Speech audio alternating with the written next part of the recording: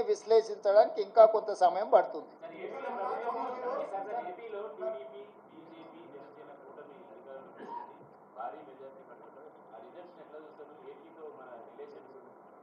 ఎన్నికల ఫలితాలను ఎట్లా చూస్తాం చారి? ఎన్నికల ఫలితాల రకంగానే చూస్తాము, ప్రజా తీర్పు పరంగానే చూస్తాము. దాంట్లో వేరే రకంగా చూడడానికి ఏముంది? ప్రజలు తీర్పు ఇచ్చిండ్రు, ఆ తీర్పును జగన్మోహన్ రెడ్డి గారు నేను స్వాగతిస్తున్నా అన్నాడు, చంద్రబాబు నాయుడు గారు నేను స్వాగతిస్తున్నా అన్నాడు. ఇక వాళ్ళిద్దరు స్వాగతించిన తర్వాత మియా బీవీకి రాజీ హోయేతో కాశీ కా క్యా ఇస్మే?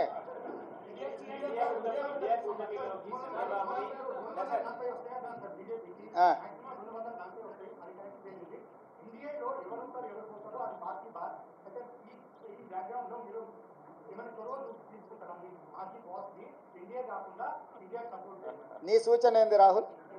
ఏం చేస్తే బాగుంటుంది? నీ నీ సూచన ఏందంటూ అదే ఒకవేళ నీ సూచన మా మా అందరి నాయకుల ముందు పెడతా, వాళ్ళందరూ కూడా రాహుల్ సూచన బాగుందంటే ఆ విధంగానే ముందుకు పోయి ఆ రాహుల్తో మాట్లాడదాం. ఏ ప్రభుత్వమైనా ఏర్పడినప్పుడు ఆహ్వానించినప్పుడు పార్టీలో చర్చించి నిర్ణయం తీసుకుంటాం. వ్యక్తిగా నేను నిర్ణయాలు తీసుకోవడానికి ఉండదు. పార్టీ సూచనల మేరకే నేను వ్యవహరించాల్సి ఉంటుంది. ఇది సిద్ధాంతపరంగా రాజకీయ పరంగా పార్టీ తీసుకోవాల్సిన నిర్ణయము. ఏ ప్రభుత్వం ఏర్పడ్డా స్నేహపూర్వకమైన వాతావరణంలో సమస్యలు పరిష్కరించుకుంటామని నేను ముందే చెప్పిన. ఈరోజు కూడా నేను ఆ మాటకున్నా. ఆంధ్రప్రదేశ్లో ఏ ప్రభుత్వం ఏర్పడ్డా ఆ ప్రభుత్వంతో సంప్రదింపులు చేపట్టి రాష్ట్ర సమస్యల్ని శాశ్వతంగా పరిష్కరించుకుంటాము. ఉమ్మడి క్యాపిటల్ చట్టపరంగానే సమస్య పరిష్కారం అయిపోయింది. హైదరాబాద్ నగరం ఇప్పుడు తెలంగాణకు రాజధాని అంటే ఒక కీలకమైన సమస్య ఆల్రెడీ చట్టపరంగా పరిష్కారం అయింది. మిగతా ఆస్తుల పంపకాలకు సంబంధించి, నీటి పంపకాలకు సంబంధించి ఉన్న సమస్యల్ని తప్పకుండా కూర్చుంటాం, చర్చించుకుంటాం, పరిష్కరించుకుంటాం. మాకేం బేసిజాలు లేవు. రాష్ట్రం యొక్క అభివృద్ధి, రాష్ట్రం యొక్క అభ్యున్నతి కోసము ఎవరితోనైనా చర్చించడానికి మేము సిద్ధంగా ఉన్నాం, పరిష్కరించుకుంటాం. ఏం ప్రభాకర్?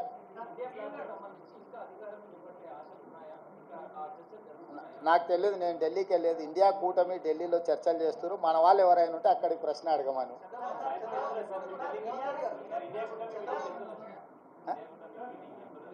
ఇండియా కూటమిలో జాతీయ నాయకులు ఆ కూటమిలో ఉన్న వివిధ భాగస్వాములనే ఇప్పటికి పిలిచిండ్రు.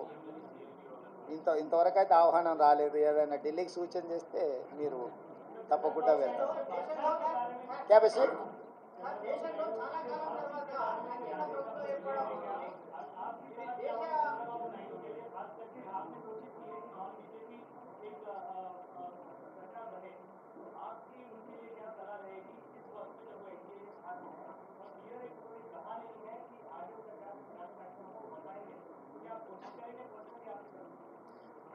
जहाँ तक मेरा सुझाव मोदी जी को, मोदी जी का गारंटी की वारंटी